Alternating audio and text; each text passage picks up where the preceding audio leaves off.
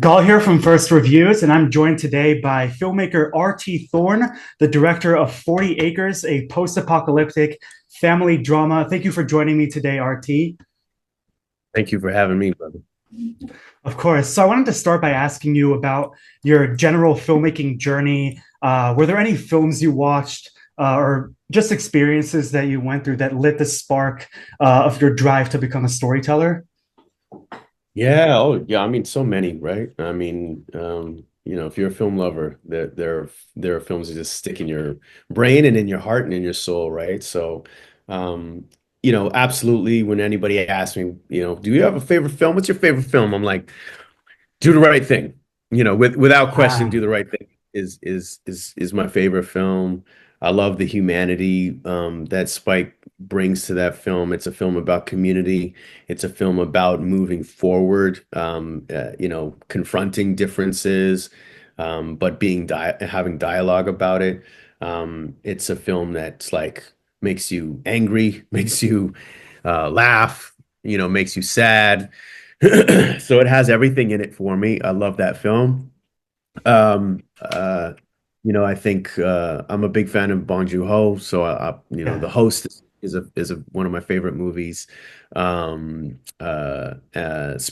Spielberg's filmography is incredible to me, but one of my first cinematic experiences was watching E.T. And Spielberg's always in conversation about family. It's probably well publicized, but he has, Yeah. his family had, the disruptive situation. They had a divorce, and I find that always he's always talking about family within his films, and so I really resonate with that as well. Yeah. Absolutely. So with 40 Acres, um, when did you decide this was a story you felt needed to be told now? Oh, I'll tell you the truth. Like I didn't think it needed to be told now. It just happens to be now. Or in your One of those career, you things. know? Yeah, yeah, yeah. Okay, well, that's fair. So I think for me, I've been a director for a little while. I had a good run at doing music videos for almost a decade, and then I moved into television. But film's always had my heart, and I think anybody who's a director wants to make films. For me, it was just like I really wanted to tell a story that I cared deeply about. So I didn't, I was getting some scripts that weren't really, the type that I liked or that were kind of stereotypical in their reflection of Black life. So I wanted to take the time and write something that resonated with me. And I think the world started feeling a little dark while I was writing it, and you start to think about what's this place going to be like, for my children if I have children, and now I do have a young son with my wife, so you start to think about those things, and um, it felt like I wanted to express something about that and a journey of a parent, and how that's going to bump up against, the life of a young one. So Hmm. those were a lot of the things that informed it. I'd love to hear you expand on that. What are some of the tropes, whether from scripts that you encountered or from the post-apocalyptic genre that you set out to avoid here? Yeah. Oh, that's great. That's great. Yeah, I think look, I'm a big fan of I'm a genre kid, so I Hmm. love science fiction and thrillers. I really feel like in the past little while, especially the past, decade or more, a lot of the thrillers that we get are just revenge thrillers. I think the genre has kind of devolved a little bit into, one man and a gun kind of thing, and I think we can challenge the genre. I think genre's amazing, and it can it can speak about a lot of things if we let it do that. I love revenge thrillers, by the way. I'm a big fan of John Yeah. Wick, and I'm a big fan of those movies. They have great thrills, but I do think that there's more to be said about violence, and what somebody has to do if they're forced to do those things. I think there's conversations in there that are more interesting. then you can still have thrills, you know. So for me, in this film, I wanted to challenge the genre a bit, by having it be centered around a family that has to make difficult decisions, and that those decisions aren't always the right thing. You know what I mean? Like in this film, Haley's right, but she's also wrong for what she's done, you know, and how she's lived her life with her children. And Manny's right at certain times, and then Manny's definitely wrong at certain times. Mhm. And I like that a film can oscillate between those things, you know, that as a filmmaker, you're not telling the audience like, this is the only thing you got to do. Somebody kills your aunt, you got to go kill them. I like that the characters struggle with their decisions and they have to reckon with them. They're a family. They don't get to like, you know, kill each other and leave. They got to live together in one house. And so I found that to be a fascinating thing. I wanted the story to be about that and not necessarily just solve the problem, kill the bad guy, Mhm. and so yeah. I want to talk more about Haley, played by one of our great actors right now, Danielle Deadwyler. I've heard you speak about how she was always the one you envisioned from early on as this character. Can you talk more about first how that clicked, that wonderful casting, and what she brought to the role that maybe challenged your vision or wasn't already there before she joined? Yeah, I could not have imagined what she. I mean, I'm a big fan of her, and so I knew that she was going to bring a sense of gravity to the character and a sense of humanity. But you know, I couldn't imagine what she was going to do. You know, I saw her in many things, but one of the things that really stood out to me was her work in Station 11, by the great Patrick Somerville, and Patrick and I became friends, and I reached out to him one day and I just said, listen, man, I wrote this thing. It's a little, could be a little dark, but I really feel like I'd love to reach out to Danielle. What do you think? And he said, Danielle Deadwyler is always the right choice. Period. So you know, he did a little intro to her peoples, and we sent the material, and we were in a SAG. It was a SAG strike year, so it was quite tight, the timeline. But in the last minute, she kind of jumped on, and she in our first conversation, she just said, you know, I know this woman. I know what this is, and I'm ready to bring her to you. And I said, great, you know.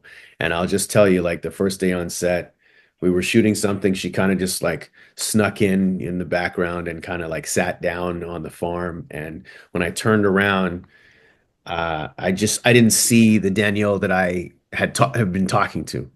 I saw a woman who had been living on this farm for almost 20 years, working the land and struggling to keep her family alive. And you see that in her. She has a presence. There's like a magnetic presence that sort of attracts you.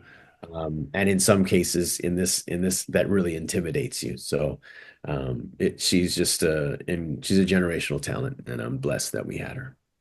Of course. One of the things that stood out to this movie is the idea of language or code. For example, the family develops their own language of survival. They stick together, or even something as small as the native characters switching between languages to tease the others. Can you talk more about the symbolism of language and code in the film? Yeah. I mean, look, in this, you know, we have this genre where we've seen these survival stories. I wanted to show how this particularly unique family has survived. And it's not just by keeping themselves alive. Yes, that's an important part, the military training, all that stuff that comes from the two parents, but also, you know, Black and Indigenous people have practices that have kept their identities. And that was very important for me to show in this, you know, the maintaining their culture in a world that may not have any culture anymore, or a predominant pop culture, or societal structure was important. So I wanted to show that, history is very important to Haley. She makes them do book reports. They have to learn what has come before them so they understand what they're doing. The language thing for Galen's character for in this world, in this particular story, they're probably the only Cree indigenous people that they're going to see. So they have to remember where they've come from, use the language of their ancestors, and you see that they fall back on it. They speak it when they're in crisis, and yes, they speak it to tease other people and stuff like that. So it was an important part of that community's culture that I really wanted to bring into it. You see what's important to Manny. Manny is about music, as a lot of us are when we're when we're in our teenage years. The music speaks to us in a way that maybe our siblings and our parents can't. And so all of those elements, these are sort of cultural elements that I wanted to see. I've never really seen a post-apocalyptic story where people are listening to a lot of music. I'm like, Mhm. but that's Yeah. never going to go away. That's part of being human. We have to listen to music. So I wanted those elements to be in the story. I hope if anything happens to the world, my playlist is the one thing that's with me. Well, you better get it. You better get like Yeah, a Walkman. You know yeah, what I that's mean? Because all this digital technology the is nostalgia like, pays off. yeah, brother. So, that Sony Walkman that's in the movie, that was like mine. Like I have that yellow Sony Walkman because it's analog, brother. It Yeah. we don't need the web to connect to it. So before we wrap up, I want to dial back to something you alluded to earlier, which is Station 11. And this was completely unintentional, but I watched it for the first time days before I watched your movie 40 Acres. And not only do they have Danielle Deadwyler, both she's incredible in both, but thematically they kind of complement each other in an interesting way. So I wanted to wrap up with more of a fun question. Is there a movie or series out there you think would make a great double feature with 40 Acres? Oh my gosh. Wow. I listen, I mean, Station 11, that might just have to be it Yeah. because you know, Patrick was talking about the importance of art to Mhm. maintain culture and humanity, right? Like that's the thing, art is a reflection of our humanity, is a conversation with how we deal with circumstances in history. That's what art is, it's an expression of humanity. And so you don't see a lot of post-apocalyptic things that speak about the importance of art. Sometimes art can be thought of as being very trivial to people, but it's absolutely something that's vital to our survival as people, as humans. And so I think I'm having a conversation about those things too, these cultural aspects that keep this family sort of surviving in a different way than just how they defend themselves. So I think that's a great compliment. I would say, watch Station 11 and then come and watch 40 Absolutely. Acres. Yeah, yeah, that'd be Absolutely. great. And that's what I did without even realizing the timing was going to work out so well. I was just catching up on the Well, show. that's wonderful that you got to see it like that. You got the Yeah. experience that you're talking about. So it's great, Yeah, man. for sure. So anyway, thank you so much for your time, RT. 40 Acres is in theaters on July 2nd. Thank you again for joining us and talking about the film and just storytelling and art and its power. So thanks again for your time. Thank you, brother. Appreciate it.